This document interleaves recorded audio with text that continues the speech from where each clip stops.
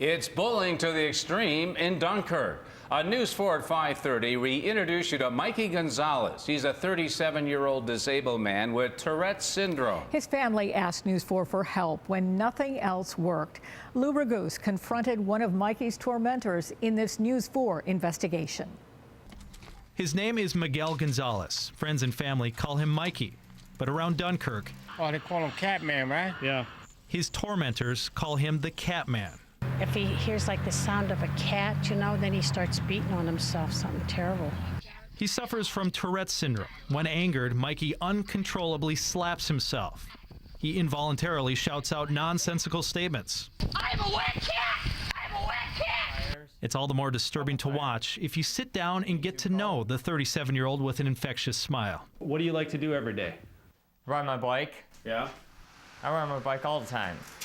He keeps to himself, enjoys making money working at the resource center, visits his mother every weekend, and never misses church. Well, he's the best person you will ever meet in this whole entire world. He is the nicest guy. The best heart. It doesn't matter. All he ever wants to do is say hi to you and go on his way. And he gets everywhere he goes on his cherished red mountain bike. And it's on that bike where he's also the victim of near daily bullying. We're on the Catman. There he is. It didn't take me long to find the two men in this video entitled Catman Hunting with Mateo and Budson. Ladies and gentlemen, that is Catman. Matt Colon graduated last year from Dunkirk High School. On Facebook and Twitter, his friends refer to him as Mateo. And Ryan Hudson, a recent Dunkirk dropout, known by his friends as Budson. In the 5-minute video, viewable by anyone on YouTube, the two men catch up with Mikey and taunt him. Meow, meow. I'm looking for cat food. Meow, I eat cats. You like cats? I am a Catman. You are a Catman? What's your name? He tries to get away, but they corner him. Catman is hiding. They follow him across town. I love cats. I love cats too. Then back to the spot Mikey tried to hide. He's going back into the hiding spot. Laughing all the way. We showed one of the videos to the Dunkirk chief of police. Just taking one look, he told us what the people are doing to Mikey could result in charges filed. While being bullied, Mikey has uncontrollably beat himself blind in one eye. So far, no one's been caught. But I tracked down Mateo and Budson, the Catman hunters. Budson, we just want to talk to you about the Catman video. Why did you make the video? I didn't make the video. Why'd you drive the car? Do you think it's funny to pick on a disabled guy? We showed you multiple examples of Ryan Hudson and Matt Colon laughing at Mikey. When I confronted Hudson, he responded with anger. Get the f out of here. Just tell me why. Don't come to my workplace and try harassing me. Did you catch that? Harassing me. The man who zigzagged across Dunkirk in his car, tormenting Mikey with his friend. Back up. What are you gonna do? Back up. Feels harassed when asked about what he did. He made a video harassing a disabled man. Video. Was I the one shooting the video? He defends himself by repeating he was only driving the car, not the one holding the camera. He declined our request to sit down and talk about it further, choosing instead to make an obscene gesture at the camera. Following the confrontation, a bystander who knows Mikey asked to see the video, but couldn't watch. I think it's horrible. Mikey's loved ones believe for the bullying to stop, they say it'll take a widespread change of attitude in the community. Nobody should be treated this way. Nobody. No human being should have to go through this. And Matt Colon, Mateo on that video, mocked on his Twitter feed my request for an interview, bragging to friends that now he's going to be famous. Despite that, Mikey's family wants everyone to see the ugliness of the torment he faces every day. So we posted the videos on WIVB.com. And you said these young men are on Twitter right now bragging about as this. we speak right now. It just is so upsetting to watch. But you showed us that police are involved. So what's happening there? The police chief wants us to know that they're taking this very seriously. After we started investigating, he assigned a detective to the case. So anyone with information they want to call 366-2266 or the confidential tip line, which is 363-0313. I have to believe they'll be keeping an eye on him. He's got to be well known in that area on his bicycle. So. You know, after they saw just how bad it was on the videos we showed them, they did seem very concerned. I hope so. All right, thank you. Live in high definition. This is Western New York's news leader. Now, News 4 at 5. Back up! Violence outside the courtroom as two suspects face charges of stalking a man who has Tourette's syndrome. Good evening, everyone. We never stop digging for answers about the ruthless bullying of a disabled man in the Southern Tier. And as we continue this quest today, our crew had a violent encounter.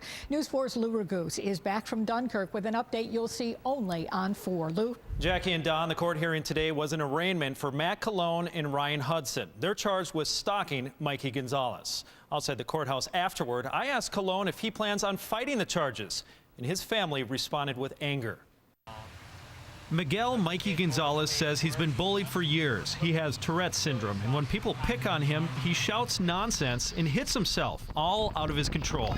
Look at me, I'm wet! I'm a wet cat! It wasn't until the bully started posting clips to YouTube that anyone got in trouble for it. Matt Colon and Ryan Hudson titled their video Catman Hunting with Mateo and Budson. After our News 4 special report brought their video to light, police charged Hudson and Colon with stalking. How have the last few weeks been for you? Okay. Has anyone bullied you? No. Mikey seems like he's a happier person, like this is going on and all that. Seems Why does he seem happier? nobody's picking on him, and like the weight's been taken off his shoulder. Mikey seems happier, and he, his mother, and brother attended the arraignment of the two men facing charges for bullying him. The court hearing itself was routine. Both men told the judge they have a lawyer. Judge Walter Dragg set bail for them at $750. The judge also requested we not show the face of Ryan Hudson in the courtroom because at 18 years old, he may be eligible for youthful offender status. After the hearing, we asked the other suspect, Matt Colon, if he'd like to comment on his charge. Go. Colon is the man known as Mateo in the YouTube video, the one who admits in a statement to police he recorded and posted it online. In an earlier conversation over Twitter, Colon said he's clearly not sorry for making the video, something he later told police was just a joke. After leaving court with his family, the 19-year-old did not offer an explanation. And Colon's brother went one step further. Charging and shoving me into a light pole. Mikey's brother says after this exchange, the same man approached them, shouting more obscenities. Makes me sick. Why is that? They need to grow up. Now, although I wasn't able to get a comment from the suspects on camera, I did get a hold of the statements they gave police, and we'll have that story coming up at 6. Quite a day. Quite a day out there. Just a terrible scene down there today. Now, they both were in court. What happens next? Well, they both have a lawyer, and so they have another court date set for December 11th, and at that point, we should get a better idea whether they're planning on fighting these charges and working toward a trial, or whether they're working toward a plea. All right, we'll look for it. Thanks, Lou. No one investigates like News 4. At 5, we showed you the consequences of illegal brothels doing business right in your backyard. Now, an exclusive story. Police take down a suspected prostitution house in the suburbs with help from News 4. Lou Raguse has this special report. The Craigslist ad offered top-quality Asian bodywork, but an angry News 4 viewer in Cheektowaga contacted us with suspicions the bodywork meant something else altogether. We went undercover to check it out, and take a look. The building was completely unmarked, except for an unlit open sign. The windows were blacked out, and we witnessed nothing but middle-aged men coming in and out. Sex counselor Carol Coughlin says those often married men are the top demographic visiting illegal brothels. This thrill-seeking and this risk-taking and the fact that it's illegal increases the thrill of it. We returned just days later to find the Cheektowaga location completely vacated.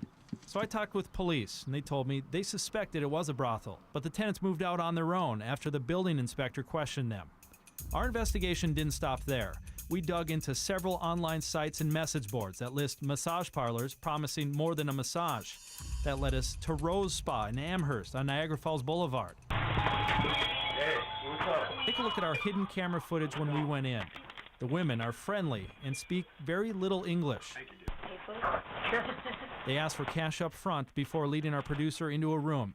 They begin the massage. That, according to online posts, is where the sexual proposition usually takes place. Do you think it's been going on for some time? Oh, for several weeks, yes. I took what we learned to Amherst police, and they took the investigation even further. Did someone offer a sex act to an undercover officer? Yes, there were times when an undercover officer was propositioned for sex acts. The News 4 producer was not propositioned, but the police had a different experience. They tell me one of the women made a lewd gesture and propositioned him, and that was enough for an arrest. Only News 4 was there when police served a search warrant on Rose Spa. They arrested one woman on the spot on prostitution charges, and they expect to bust more people. 2 suspected Johns were inside when police went in. Police tell me their identities are being protected because they may have crucial information needed for the investigation. This is what it looked like when police shut the operation down. Along with unlicensed massages, they were also performing sexual conduct in this establishment for money. So what signs do police look for to determine if something more than massage is going on inside certain businesses? First, no massage licenses are posted, employees speak little or no English, and the clients are all men. It's a huge problem in Buffalo's suburbs, and cops say to shut them all down, it takes the help of concerned citizens who say, not in my backyard. This is a problem across the country, I would say, but as soon as we get the information on it, we come in and we take care of it this way. And Amherst police working right now to track down the owner of the massage parlor. My multi-week investigation will continue as this case heads to court.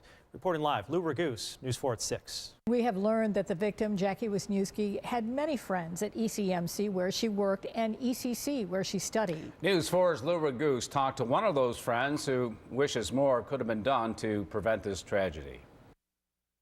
As a close friend of Jackie Wisniewski, Heather Shipley already knew all about Dr. Timothy Jordan. If he just wasn't cheating on her because he was cheating on her and doing what he had to do, and she kept finding out about it, they would have been together. None of this could have happened, but he wanted to do what he wanted to do. So that's why she broke up with him, and then he started acting all crazy.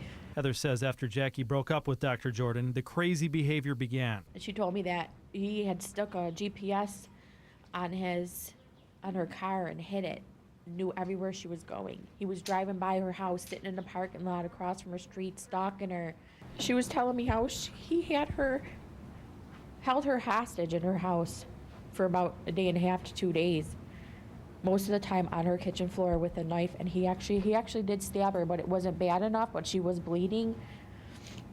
Was she afraid of him? She was afraid of him. She was definitely afraid of him. She told me. He also said, "Why do you think my exes don't live around here?" Because they know this is how I am. Heather knew Jackie was afraid and was afraid for her, but she never thought it would end with her friend shot to death. Now she wishes there was just something more she could have done. See, if she was still alive today and I knew that he was going to do that to her, I would make her come live with me. Come and stay with me so he wouldn't know where she was. Because he was psycho. To be able to do something like that to her, she didn't deserve that. She was a good person. And Jackie Wisniewski was a single mother with a young boy who was in school today when the shooting happened. She was a clerk at ECMC in the psych ward and had dreams of becoming a nurse. Reporting live, Lou Raguse, News 4 at 6.